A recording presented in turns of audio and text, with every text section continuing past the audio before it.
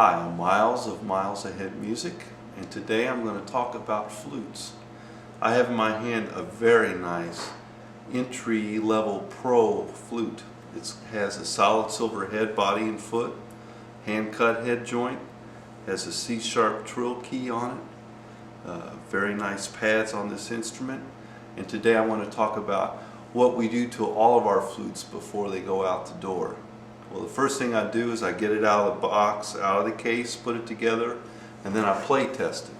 Run a quick scale on it.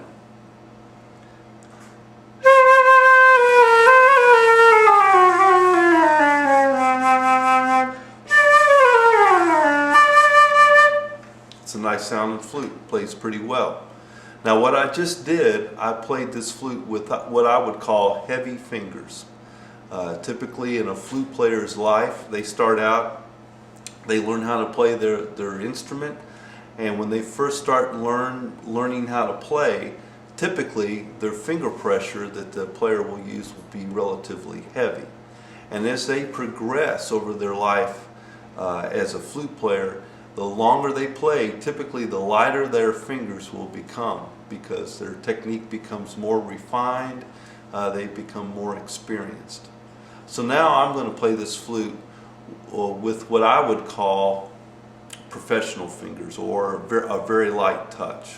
I typically like to play middle D, the note with your first finger up.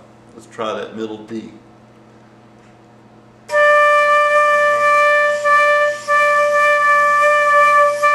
You can hear that vibrato, the wah, wah, wah. I'm doing that with my fingers, not with my embouchure. So that tells me that I have some leaks in this instrument. And let's see exactly where the leaks are. I'm going to figure that out right now.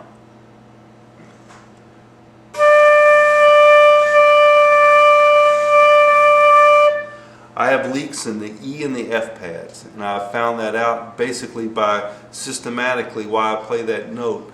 I will lighten or strengthen each finger until I can isolate where the leaks are. So now I'm going to take this instrument apart on the bench, and I'm going to show you how I reseat those pads. And in my hand, I've got a very important tool. It's called a feeler gauge. In this gauge, I just have a little piece of cigarette paper, rolling paper, or whatever you want to call it.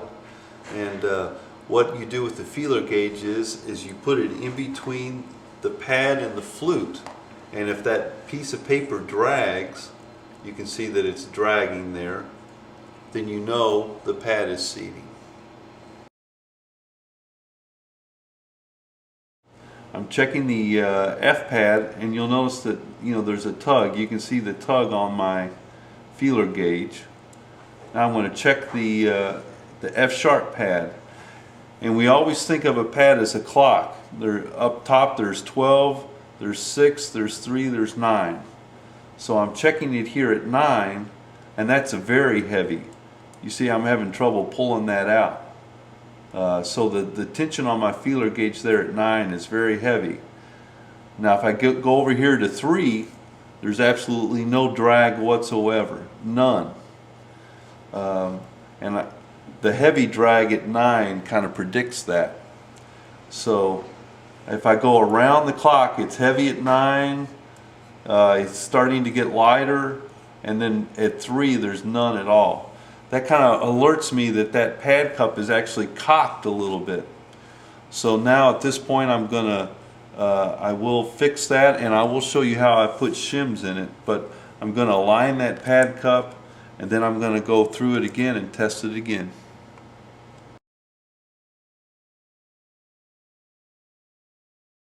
I now have the key off the flute, and I know that there's a leak from about 1 o'clock to 4 o'clock on the pad from here to here. So when I flip it over, that becomes the opposite, not 1 and 4, but it becomes different. It becomes what is that, 8 and 11. So I take the screw off, I index the pad so that I put it back in the same place every time, and I take the pad out. Now I cut a shim, and the shim that I'm cutting is plastic. Plastic shims are better than paper because they don't expand or contract with moisture. Put a little glue on there, and I'm going to glue it in position. There it goes. And I'm going to put the pad back. My little hash mark there shows me that it's back in the same spot. Then I put the grommet back on.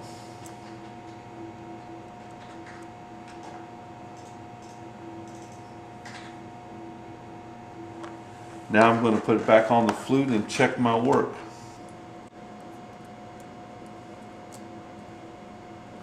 It's pulling nicely. It's a little light right here at 6 compared to the rest of it. I think it's going to be okay. I'm going to double check everything else. Now see, the F pad is now a little light in spots.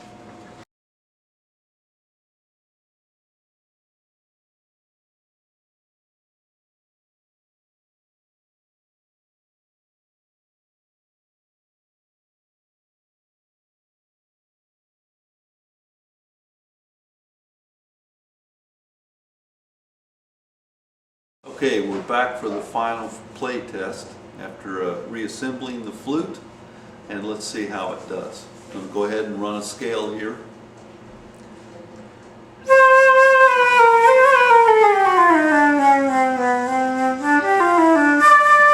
I'm going to try my test note here, the middle D with light finger pressure.